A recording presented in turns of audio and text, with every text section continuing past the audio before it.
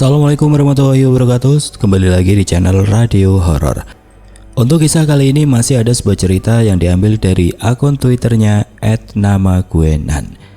Dan untuk kisah yang akan saya bawakan kali ini sebuah kisah yang berjudul Pilkades. Sebelum kita lanjut ke ceritanya, tekan dulu tombol like video ini dan jangan lupa tekan juga tombol subscribe channel ini. Nyalakan juga lonceng notifikasinya agar tidak ketinggalan cerita-cerita lainnya dari channel ini. Dan buat teman-teman yang pengen belanja-belanja, nanti silahkan saja klik etalase yang ada di pojok kiri bawah. Atau teman-teman bisa kunjungi link pembelian yang ada di kolom deskripsi. Dan seperti apa untuk kisah kali ini? Langsung saja kita masuk ke ceritanya.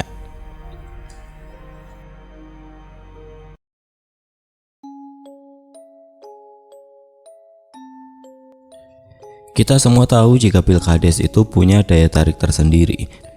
Bahkan ada yang berpendapat jika kesemarakannya melebihi pemilu presiden. Mungkin karena ruang lingkupnya yang lebih sempit, hanya satu desa yang membuat Pilkades lebih seru dan lebih panas. Jika kita menilik dengan mata telanjang, mungkin akan terlihat biasa saja. Pertarungan argumen di antara pasang calon, cara berkampanye, visi misi dan kontroversi adalah pelangi dalam politik. Namun jika dilihat dari sudut pandang lain, itu akan jelas berbeda. Sudah 3 periode keluarga Pak Cahyo menjabat sebagai kepala desa. 2 periode pertama adalah Pak Cahyo, lalu 1 periode kemarin adalah adiknya, Pak Karya. Banyak pro dan kontra selama masa kepemimpinannya. Kini Pak Karya berencana mencalonkan kembali. Hingga beberapa hari kemudian, salah satu teman saya yang bernama Joko bertamu ke rumah. "Dan, udah ada pilihan buat Pilkades nanti?" Tanyanya to the point. Saya menggeleng. "Gua aja nggak tahu siapa aja calonnya," kataku sambil nyengir. "Lagian gua nggak peduli." "Bantu gue ya, Nan." "Bantu ngapain nih?" Saya balik nanya. Paman gue nyalon nih, lo ikut jadi tim ses gue ya." Joko menjelaskan. Saya mengernyit bingung. Kenapa harus gua? Gua aja nggak punya kapasitas yang mumpuni untuk jadi tim ses. Alah, ngeredam mulu. Saya menimang-nimang sebentar. "Ya udah, aku ikut dah," kataku mengiyakan. "By the way, calonnya siapa saja ya?" "Sejauh ini sih baru 2. Pertama itu paman gua yang namanya Pak Rama, sama dari pertahanan, si Pak Karya." Saya cuma manggut-manggut. "Tolong ya, Nan, ikut pilih paman gua ya," pintanya sekali lagi sambil memohon. Ya, gue ikut. Lagi pula memang waktunya ganti kades kok." Beberapa hari kemudian datanglah salah satu utusan dari Pak Karya. "Dan, udah ada pilihan?"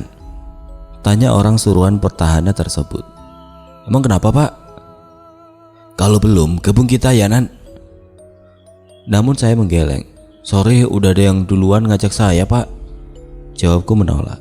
Hari-hari telah berlalu. Setelah melewati beberapa kali rapat tim ses, pos kemenangan dibagi menjadi 5. Saya biasa nongkrong di pos 2, mungkin karena lebih dekat dari rumah dan pos kemenangan itu berada di rumahnya Joko. Suatu malam, mungkin jam sudah menunjukkan pukul 12 malam. Saat itu hanya ada saya dan Joko yang sedang di pos. Tiba-tiba entah dari mana ada yang melempar batu ke arah kami. Suasana yang gelap di sekitar rumah membuat kami menerka-nerka jika itu adalah orang yang iseng. Mungkin di awal-awal hanya sebuah gangguan kecil yang tidak berarti. Itu alasan kita belum berpikiran buruk pada saat itu. Pernah juga di suatu malam saat itu sedang ramai pemuda yang nongkrong di pos. Awalnya hanya suara jangkrik dan katak yang saling bersahutan. Tidak lama terdengar suara cewek melengking yang kita ketahui adalah suara Mbak Dini. Suaranya sangat dekat. Seluruh pemuda di pos 2 berlarian, bahkan mereka semua pergi untuk pulang ke rumah masing-masing, meninggalkan saya dan Joko yang tersisa berdua di sana. "Ada yang aneh deh, Nan," ungkap Joko setelah keheningan yang lama menyelimuti kami. "Aneh gimana?" tanyaku kebingungan. "Gini deh, gua tahu rumah gua itu berada di pojokan desa, mepet ke sawah dan tetangga saja bisa dihitung jari," jelas Joko. Rumah Joko memang berada di pojokan dan dekat sawah. Udah gitu masih banyak kebun di sekitar rumahnya. Cuma selama kita nongkrong di sini, baru kali ini aja kita ngerasa terganggu kan? Lanjut Joko. Iya. Saya mengangguk dan tanda mengiyakan. Nah, itu yang buat gue merasa aneh, Nan. Pokoknya semenjak kita jadi tim ses dan rumah gue jadi pos kemenangan, itu semua menjadi di luar nalar. Nanti coba kita tanya Pak Soleh. Beliau kan yang lebih tahu masalah yang beginian. Pak Soleh merupakan seseorang yang paham dengan hal-hal yang berbau begituan. Rumahnya beda kota dengan kami. Beberapa hari kemudian saya dan Joko sowan ke rumah Pak Soleh. Assalamualaikum. Salam kami berdua. Waalaikumsalam. Akhirnya Joko menceritakan maksud kedatangan kami dan beliau juga bersedia untuk mendengarkan keluhan kami. Masalah yang terjadi di rumah Joko itu memang benar. Itu adalah kiriman dari mereka untuk sekedar mengganggu kalian, kata Pak Soleh menjelaskan. Terus gimana Pak? Boleh saya minta foto dari Pak Karyo dan Pak Cahyo? Pinta Pak Soleh. Akhirnya Joko memberikan foto mereka berdua lewat ponselnya. Pak Soleh melihat foto itu secara bergantian. Dahinya mengkerut seperti membaca sesuatu. Tidak lama Pak Soleh bertanya lagi. Warga desa kalian banyak yang meninggal secara tidak wajar ya? Joko mengangguk. Iya Pak, ada yang tiba-tiba meninggal tanpa sebab. Ada yang sakit tapi dokter nggak tahu penyebabnya. Ada juga yang meninggal karena kecelakaan. Tapi anehnya kecelakaannya di satu titik, yaitu tikungan dekat rumah Pak Karyo. Lebih aneh lagi, yang meninggal karena kecelakaan itu pasti warga desa kita, bukan warga desa lain. Jelas Joko lebih lanjut. Kalian tahu apa penyebabnya? Tanya Pak Soleh. Saya dan Joko saling berpandangan seperti mencerna sesuatu. Kalau dari kata orang saya tahu Pak, ucap Joko ke Pak Soleh. Katanya itu buat tumbal ya Pak? Pak Soleh mengangguk. Ya, itu kerjaannya mereka yang memelihara makhluk gaib dan tumbalnya adalah warga desa. Jelas Pak Soleh. Kalau boleh tahu mereka itu apakah keluarga Pak Karyo? Pak Soleh hanya mengangguk. Bapak bisa membantu kami? Pinta Joko kepada Pak Soleh. Bisa, tapi untuk saat ini biar saya lihat dulu kekuatan mereka, tegas Pak Soleh. Akhirnya setelah itu kami berpamitan dan dia berpesan agar menemuinya beberapa hari lagi. Hari-hari berlalu. Malam itu saya dan Joko sedang nongkrong di sebuah warung kopi yang terletak di dekat kantor desa. Tiba-tiba datanglah salah satu teman satu tim main bola kami, sebut saja Eko. Berita yang tersebar adalah Eko merupakan tim ses dari kubu sebelah. Saat saya sedang ingin menyapanya, Eko malah membuang muka bagai orang yang tidak kenal. Akhirnya malam itu saya menyadari satu hal, saya sudah basah dalam berpolitik. Kadang teman akan menjadi musuh dan musuh bisa menjadi teman, itulah indahnya politik. Saat saya dan Joko sedang dalam perjalanan pulang ke pos 2, lampu depan motor mati seketika.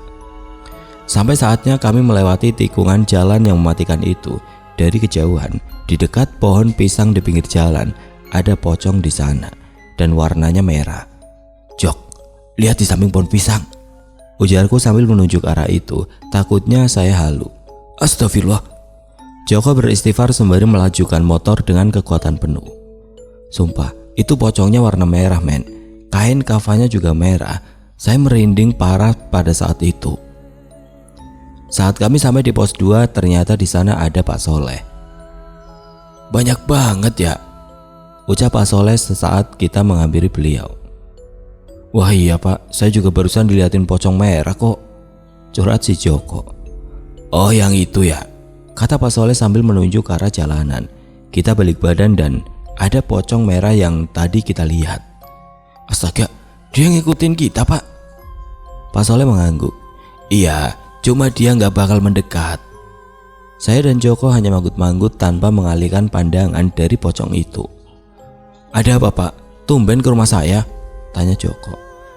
Begini, saya bantuin calon kamu. Makasih ya Pak. Aduh maaf ngerepotin nih, kata Joko lagi. Iya nggak apa-apa, lagian saya diemin, merekanya malah makin menjadi, ujar Pak Soleh. Akhirnya saya, Joko dan Pak Soleh masuk ke kamar Joko, soalnya di luar itu ramai dan Pak Soleh mau cerita sama kita berdua.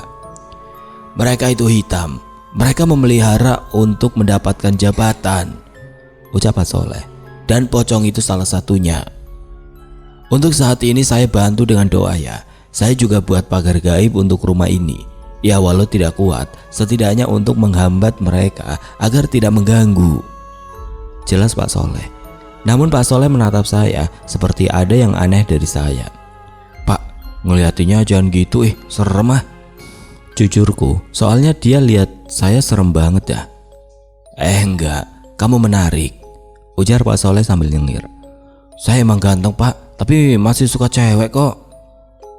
Bajingan, umpat Pak Soleh disusul tawa kita bertiga. Setelah malam itu memang keadaannya terasa lebih nyaman. Namun itu hanya terasa sewaktu kita berada di pos saja. Kalau sudah di luar masih saja serem. Bahkan waktu mendekati 1 bulan sebelum pemilihan, euforianya semakin panas. Para calon sibuk mengurusi kampanyenya. Oh ya, saat itu sudah diputuskan hanya ada 2 calon, yaitu Pak Rama dan Pak Karya saja. Setiap malam saya selalu nongkrong di rumah Joko, walau hanya sekedar ngopi dan bermain game. Suasana rumah Joko memang sepi kalau malam, mungkin hanya kita yang nongkrong di sini. Saya sebagai tim ses juga sering debat dengan tim ses sana, dan entah mengapa saya selalu menang dalam debat. Saya dan Joko tahu bahwa banyak yang tidak suka terhadap kami, soalnya para pemuda di sana rata-rata mengikuti pilihan kami. Suatu malam Joko jatuh sakit, dia menggigil dan sesak nafas, bahkan susah berjalan. Waktu itu ada saya di sana dan akhirnya saya putuskan buat bawa ke rumah sakit. Sesampainya di rumah sakit, dokter mengatakan bahwa si Joko tidak sakit apa-apa, bahkan bisa dibilang sehat. Bener Nan, gua ngerasa engap, gak bisa napas, menggigil dan susah jalan, keluh si Joko. Mereka nyerang elu dah. Bisa jadi Nan. Coba deh, abis ini kita ke rumah Pak Soleh dah. Kita sampai di rumah Pak Soleh lalu dia menghampiri kita. Wah, kamu kena kiriman ya? Kata Pak Soleh yakin. Ya udah, habis ini saya obatin ya. Cuma siapin barang-barangnya dulu, perintah Pak Soleh kepada saya dan salah satu temannya yang sedang berada di sana. Setelah bahan-bahannya terkumpul, Pak Soleh melakukan ritualnya. Namun tiba-tiba suaranya sangat berisik di luar rumahnya, seperti banyak orang yang ada di sana. Namun ketika saya melihat keluar jendela, saya tidak melihat apa-apa, sepi banget saat itu. Bahkan teman Pak Soleh yang bernama Pak Dodi menghampiri di mana tempat saya berdiri. Dia ikutan melihat keluar rumah. Astagfirullah. Saya melihat ke arah Pak Dodi sekilas. Kenapa Pak? Tanyaku kebingungan. Lalu melihat lagi ke arah luar dan masih tidak ada apa-apa. Enggak, kata Pak Dodi sambil nyengir. Pak Soleh menghampiri kita berdua. Beliau ikut-ikutan melihat keluar dan tiba-tiba wajahnya terlihat shock. Kalian kenapa dah? Tanyaku kebingungan kepada kedua bapak-bapak di depan saya. Pak Soleh dan Pak Dodi bersamaan memandang saya. Kamu itu nggak bisa lihat begituan? Tanya Pak Soleh. Saya menggeleng. Kagak Pak. Saya kira kamu bisa lihat begituan, ucap Pak Soleh sambil nyengir. Kamu mau lihat? Tanyanya kembali. Enggak Pak, makasih. Ya udah, itu Joko udah selesai. Nanti waktu hari H saya ke desa kalian, titah Pak Soleh. Iya siap Pak, jawabku sembari mengacungkan jempol. Hari berganti dan sudah mendekati hari H. Jika dilihat dari kacamata gaib, mereka terus-terusan menyerang kami, namun bisa ditangkal oleh Pak Soleh. Bukan saya dan Joko saja yang terganggu kok, bahkan beberapa tim ses yang lain pun merasa terganggu. Seperti ini semua memang sudah terencana oleh mereka, entah motif apa dibalik itu semua. Calon kades kami Pak Rama pun juga mendapat gangguan. Hanya saja beliau mempunyai guru yang mengurusinya. Kondisi Joko akhir-akhir ini masih sama, walau sudah mendingan semenjak diobati oleh Pak Soleh. Suatu malam beberapa hari jelang hari pencoblosan, Pak Soleh datang kembali ke rumah Joko. Gimana, sehatan? Tanya Pak Soleh kepada Joko. Mendingan Pak. Sebenarnya mereka mengirim buat kamu Nan, tapi karena kamu ada yang melindungi, malah kenanya si Joko. Jelas Pak Soleh. Siapa yang melindungi kamu? Tanya Pak Soleh. Allah Pak, Tuhan kita, ucapku yakin. Lagian jika memang ada yang menjaga saya akan mengelak Pak. Saya hanya percaya Allah yang menjaga saya. Pak Soleh kembali tersenyum. Bagus, saya setuju. Semua kembali kepada Allah, ucap Pak Soleh sembari mengelus bahu saya. Itu yang dulu saya bilang kalau kamu menarik. Apalagi pas kamu bilang jika kamu gak bisa melihat yang begituan. Ya udah, nanti pas hari H kamu bantu saya ya, ucapnya lagi sambil memberi sebuah kertas berisi potongan surat Al-Quran.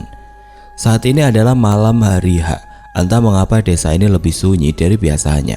Saya dan Joko sedang memutar desa untuk serangan fajar. Wait, itu apaan? Tanya Joko sambil menuju ke arah kebun, karena kita melakukan serangan fajar ini dan berjalan lewat kebun warga.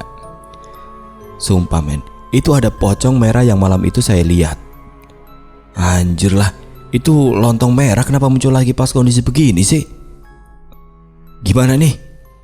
Masalahnya itu pocong ada di depan kita, dimana kita jalan harus lewatin pocong itu. Putar aja Nan, ucap si Joko. Lewat jalan desa saja, sarannya kemudian. Mau ketahuan pihak musuh, kataku sambil cita kepala Joko. Ya gimana lagi, itu lontong persis di depan kita.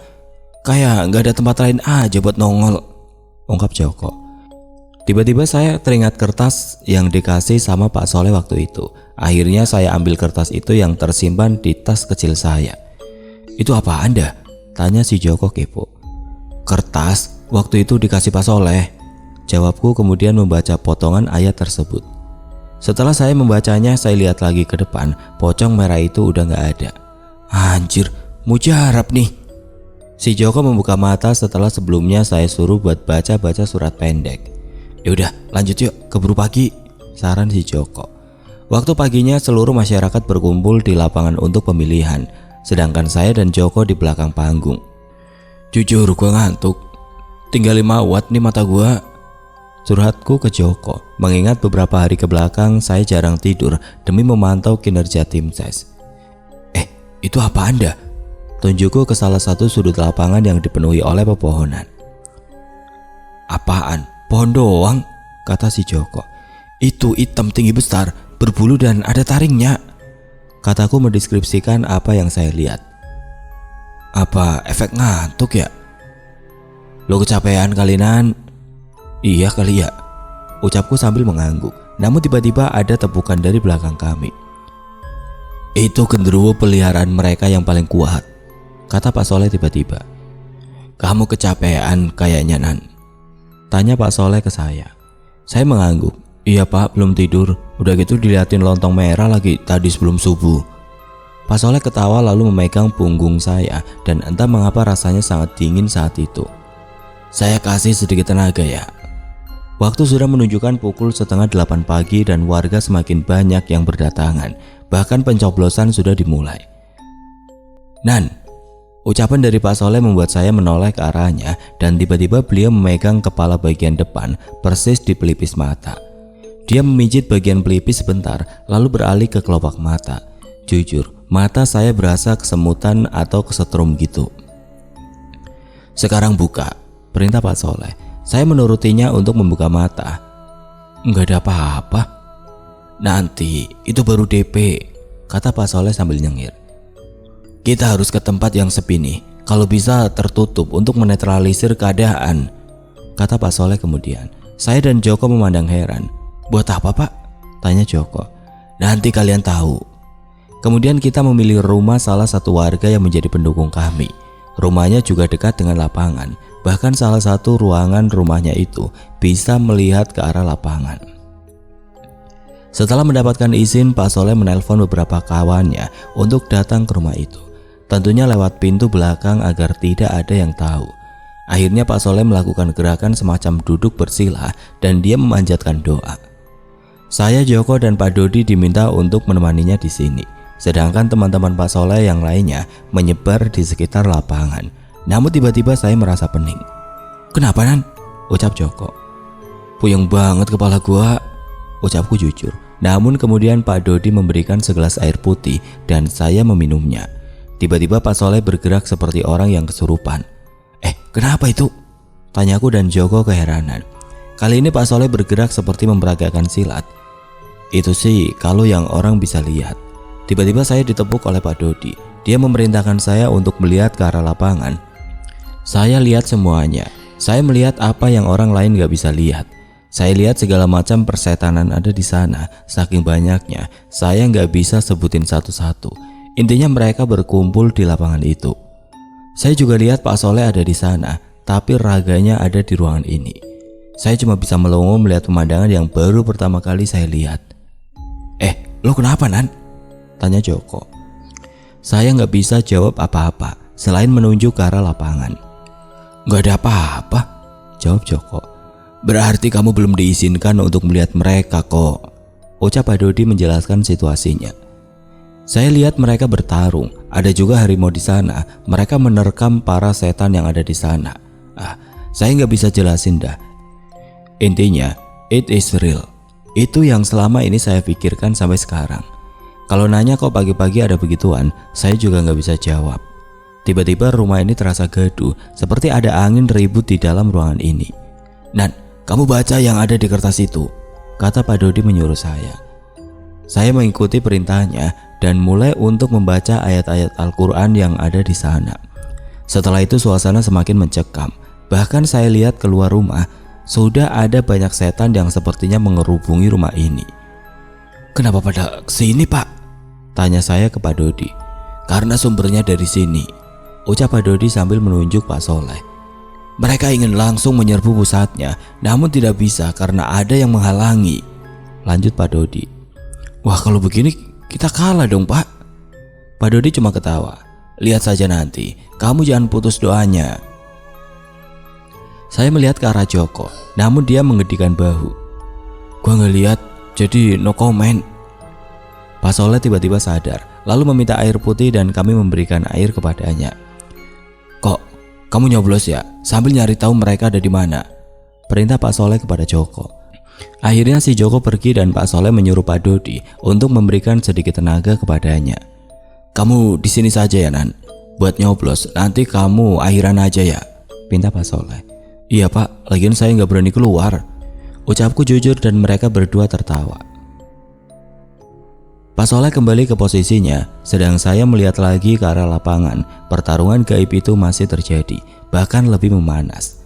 Teman-teman Pak Soleh yang berada di lapangan juga terlihat komat kamit seperti memanjatkan doa. Nan, tiba-tiba sebuah suara yang entah dari mana berdendang di telinga. Iya, saya Pak Soleh, saya panggil kamu lewat batin. Saya minta tolong sama penjaga kamu ya. Jujur saya bingung jawabnya gimana. Sumpah, hari ini itu di luar nalar banget. Iya, Pak, pinjam aja, Pak, santuy, saya berteriak. Jujur saya nggak tahu gimana cara balas ngomong ke Pak Solehnya. Tidak lama suasana yang gelap di lapangan itu berubah menjadi cerah. Seperti sebelumnya mendung, tapi tiba-tiba cerah gitu. Saya lihat arloji itu sudah hampir jam 11 siang. Kok rasanya cepet banget? Itu yang saya rasakan. Sehabis itu kepala saya pusing banget dan saya tertidur. Saya terbangun ketika saya rasa ada yang menyentuh dada saya. Pas saya buka mata, ternyata Pak Soleh dan kawan-kawannya. Saya duduk dan diberi segelas air putih. Pas saya lihat jam ternyata sudah pukul 2 siang. Pikiran saya saat itu adalah, saya nggak nyoblos alias golput. Gimana hasilnya, Pak? Belum tahu, masih perhitungan suara, ucap Pak Soleh. Makasih ya, Nan, sudah membantu saya, ucap Pak Soleh lagi. Saya cuma mengangguk. Saya emang gak bantu, Pak. Saya bahkan makasih udah diberi kesempatan untuk melihat hal kayak gitu. Semua orang bisa melihat hal itu, tapi dengan taraf yang berbeda. Terus gimana sama pertempuran tadi? Alhamdulillah kita menang secara gaib. Tinggal tunggu pemungutan suara saja. Tidak lama Joko datang. Udah sadar, katanya sambil cengengesan. Keluar yuk. Akhirnya saya, Joko dan Pak Soleh keluar rumah dan berjalan menuju lapangan. Insya Allah kita menang, walau hanya berbeda beberapa suara saja, ucap Pak Soleh. Saya dan Joko hanya bisa mengaminkan doanya. Amin, Pak, semoga menang. Setelah 2 jam akhirnya pemungutan suara itu diumumkan. Pak Rama menang dengan selisih sekitar 90 suara. Saya lupa. Nan, Joko, ucap Pak Soleh kepada kami berdua. Iya, Pak. Gimana perasaan kalian jadi tim ses? Rumit, Pak, ada rahasia di balik rahasia kan? ucapku ke Pak Soleh. Pak Soleh cuma ketawa, bahkan sampai ngakak. Saya yang merasa bingung akhirnya bertanya, "Kenapa ketawa, Pak?" Pak Soleh nyengir, "Saya nggak tahu artinya." Saya nepuk jidat sendiri. "Nggak seenak yang kita pikirkan, Pak. Ternyata ada rahasia di balik rahasia yang dibalik euforia Pilkades," kataku jujur. Pak Soleh tersenyum. "Ya kalau kita melihat dengan mata biasa mah seru, tapi kalau pakai kacamata gaib mah kacau. Dan hampir semua pemilihan pasti seperti ini. Tapi bagi mereka yang bisa melihat, pasti ada sesuatu di balik setiap calon. Dan kita harus bersyukur bahwa calon kita diberi kepercayaan dan semoga dapat diberi kemudahan dalam menjalankan tugasnya," lanjut Pak Soleh. Akhirnya Pak Soleh izin untuk pergi, sedangkan kita berdua terutama saya diberi suatu pelajaran tentang hal di balik Pilkades ini. Mata batin saya kembali ditutup oleh Pak Soleh, soalnya saya yang minta. Saya lebih milih nggak bisa lihat hal yang begituan. Dan pada akhirnya Pak Rama menjalankan tugasnya dengan baik, bahkan desa itu maju secara pesat dalam beberapa tahun terakhir. Setelah hari pencoblosan, Pak Soleh diperintah untuk mengusir beberapa setan yang sekiranya mengganggu di desa ini. Pak Soleh juga berpesan kepada saya, Joko dan Pak Rama untuk tidak mengucilkan keluarga Pak Karya itu. Toh ini semua sudah berlalu. Biarkanlah hanya kita dan beberapa orang yang punya kelebihan yang tahu bahwa hal itu telah terjadi di desanya. Akhir kata seperti biasa, jika ada kesalahan kata, mohon dimaafkan. Oh ya, ini adalah kisah dari seseorang yang akhirnya saya izin untuk disalurkan, tapi dengan sudut pandang penulis. Walau ada beberapa bagian juga yang saya alami sendiri dan saya gabungkan dengan cerita itu. Soalnya saya rada lupa dengan detail kisahnya orang tersebut.